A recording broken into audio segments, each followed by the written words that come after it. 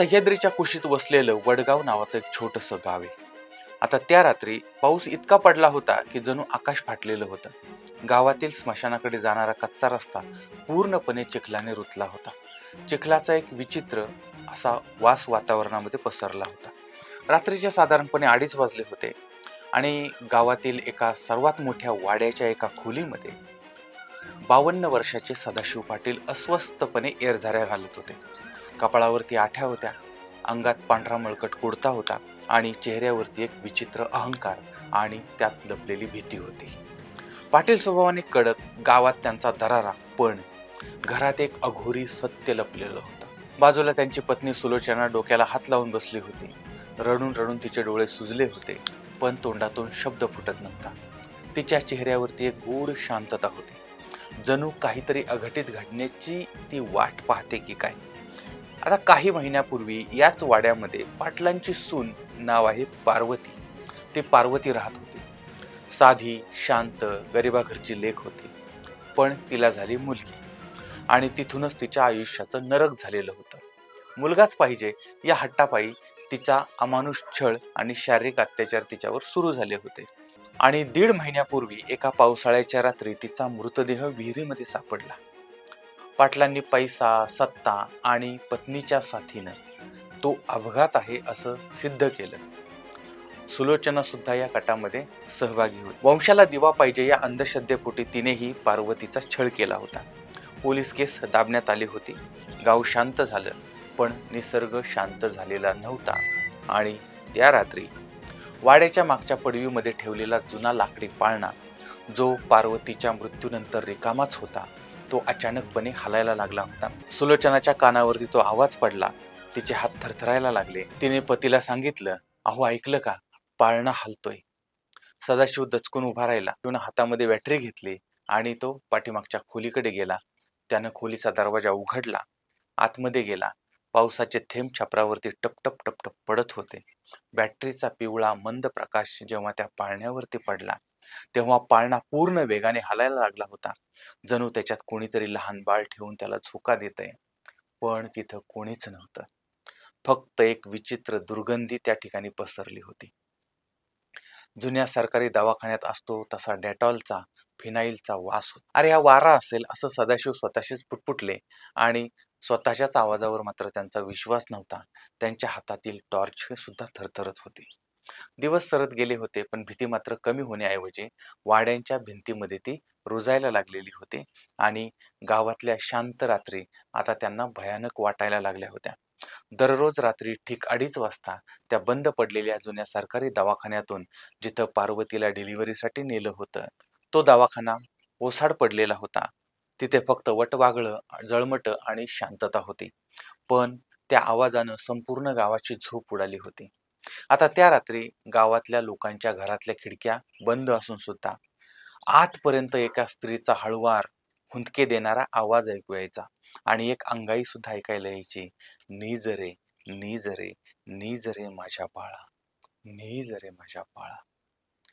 सदाशिव पाटलांच्या पायाखालची जमीन आता सरकायला लागली होती. त्यांना रात्री झोपेमध्ये भास व्हायला लागले होते.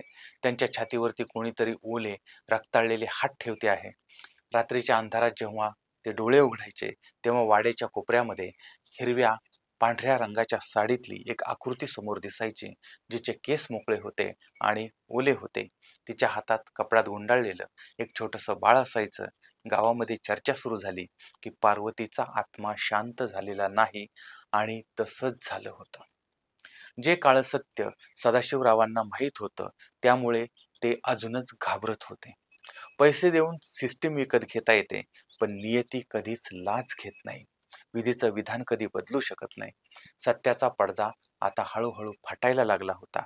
पार्वतीचा मृत्यू विहिरीमध्ये पडून झाला नव्हता. त्या रात्री जेव्हा तिला मुलगी झाली, तेव्हा सदाशिव पाटलांनी त्याच्या मुलाच्या आणि स्वतः सुलोचनाच्या म्हणजे पत्नीच्या मदतीनं तिला त्या बंद दवाखान्यामध्ये नेलं. जबरदस्तीने तिला काहीतरी पाजलं. तिला आणि तिच्या मुलीला कायमचं संपून टाकण्याचा त्याचा तो कट होता. पार्वती जिवंतपणे आपल्या सासूचे पाय पकडत होती, गयावया करत होती. पण त्या पाषाण हृदयाच्या सासूला सुद्धा दया आली नाही आणि तिनं स्वतः पार्वतीचे पाय पकडले. नवऱ्यानं आणि मुलानं तिचा गळा दाबून तिला नंतर विहिरीमध्ये फेकून दिलं. त्या रात्री 2 हत्या झाल्या. नंतर बॉडी सापडली, पण पैशाच्या किंकाळीमध्ये सत्याची वेदना कोणालाच ऐकायला आली नाही. मायलेकीची हत्या होऊन अनेक महिने गेले, पण त्यानंतर एकही दिवस त्या तिन्ही खुन्यांना शांत झोप लागली नाही. आता पावसाळा सुरू झाला होता. पावसाचा जोर वाढत होता आणि 1.5 महिना झाला तरी पाऊस थांबायचं नाव घेत नव्हता. पाटलांचा मुलगा म्हणजे पार्वतीचा पती हा शहरातून गावी येत होता. त्याची गाडी घाट रस्त्यानं येत असताना अचानकपणे गायब झाली. दुसऱ्या दिवशी सकाळी त्याची गाडी स्मशानाजवळच्या चिखलामध्ये रुतलेल्या अवस्थेमध्ये सापडली. आता गाडीचा दरवाजा उघडा होता, पण आतमध्ये मात्र तो नव्हता. त्याच रात्री सदाशिव पाटलांना एका अज्ञात नंबरवरून फोन आला. फोनवर फक्त पावसाचा आवाज आणि एका लहान बाळाच्या रडण्याचा आवाज येत होता. त्यामागून एक अतिशय परिचयाचा जड आणि रक्ताळलेला आवाज आला.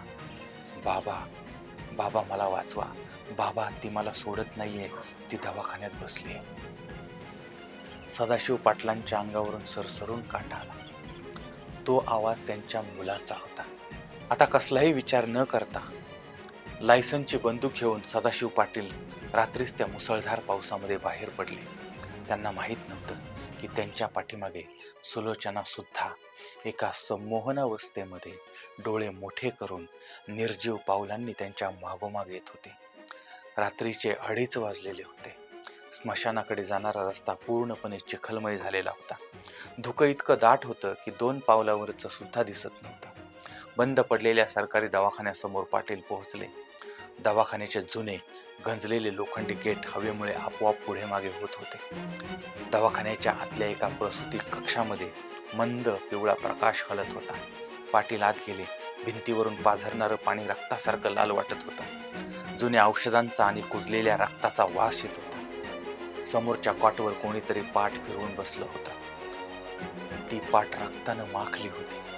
अंगावर तीच हिरवी साडी होती. माझ्या मुलाला कुठं लपवलंयस तू? सदाशिव मोठ्यानं ओरडले, पण त्यांचा आवाज भीतीनं कापत होता. त्याच क्षणी पाठीमागून आलेल्या सुलोचनानं अचानक सदाशिव पाटलांच्या हातातील बंदूक हिसकावून घेतली. तिची ताकद एखाद्या पुरुषापेक्षा जास्त झाली होती. तिचे डोळे पूर्णपणे पांढरे झाले होते आणि तोंडातून पार्वतीचा आवाज यायला लागला होता. पाटील, न्याय करायला आले. तुमच्या हक्काच्या माणसाकडून तुमचा न्याय होणार आहे. तिनं दवाखान्याच्या कोपऱ्यात बसलेल्या अंधाराकडे ते बोट दाखवलं. तिथं पाटलांचा मुलगा रक्तानं माखलेला, साखळदंडानं बांधलेला असा पडलेला होता. त्यावेळेस पाटलांनी तिच्याकडे पाहिले, त्या पत्नीकडे पाहिले, त्या मुलाकडे पाहिले आणि तो पत्नीला म्हणतोय, सुलोचना, अरे हे काय करते तू? वेडी झालीस का? तो आपला मुलगा आहे. पण बायकोचा तो अवतार बघून सदाशिव पाटील तिथंच कोसळले.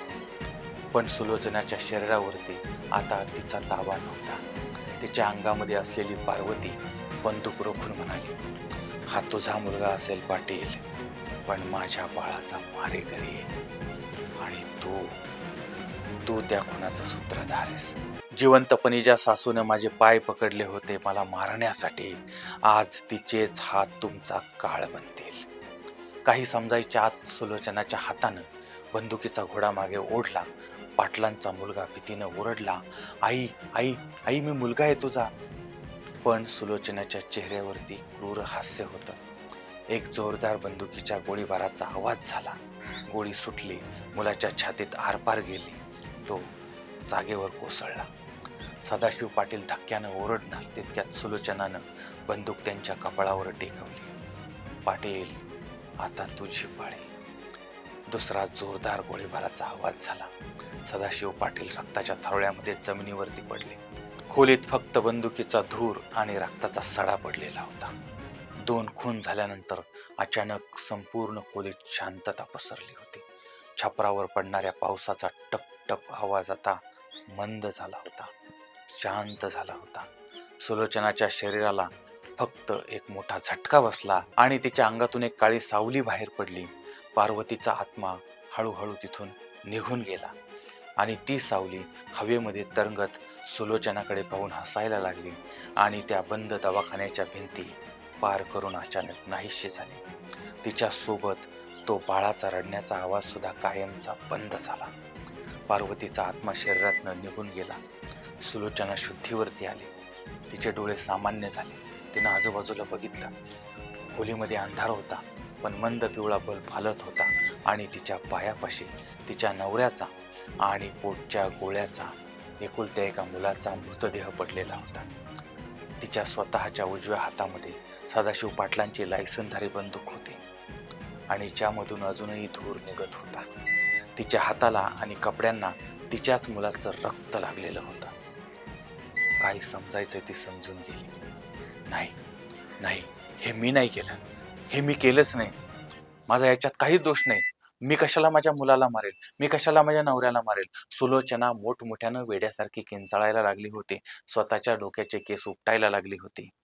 पण तिचं ऐकायला तिच्याशिवाय तिथं कोणीही नव्हतं, कोणीही जिवंत नव्हतं.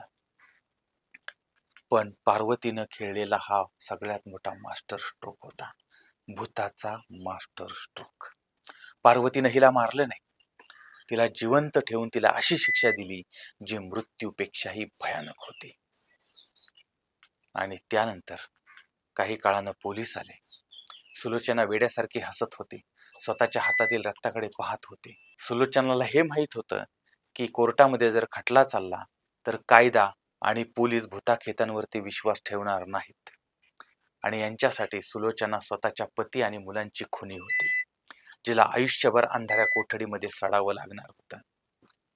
पुन्हा लक्षात ठेवा, देवाच्या काठीला आवाज नसतो, पण त्याचे वळ मात्र कायम वळवळत राहतात.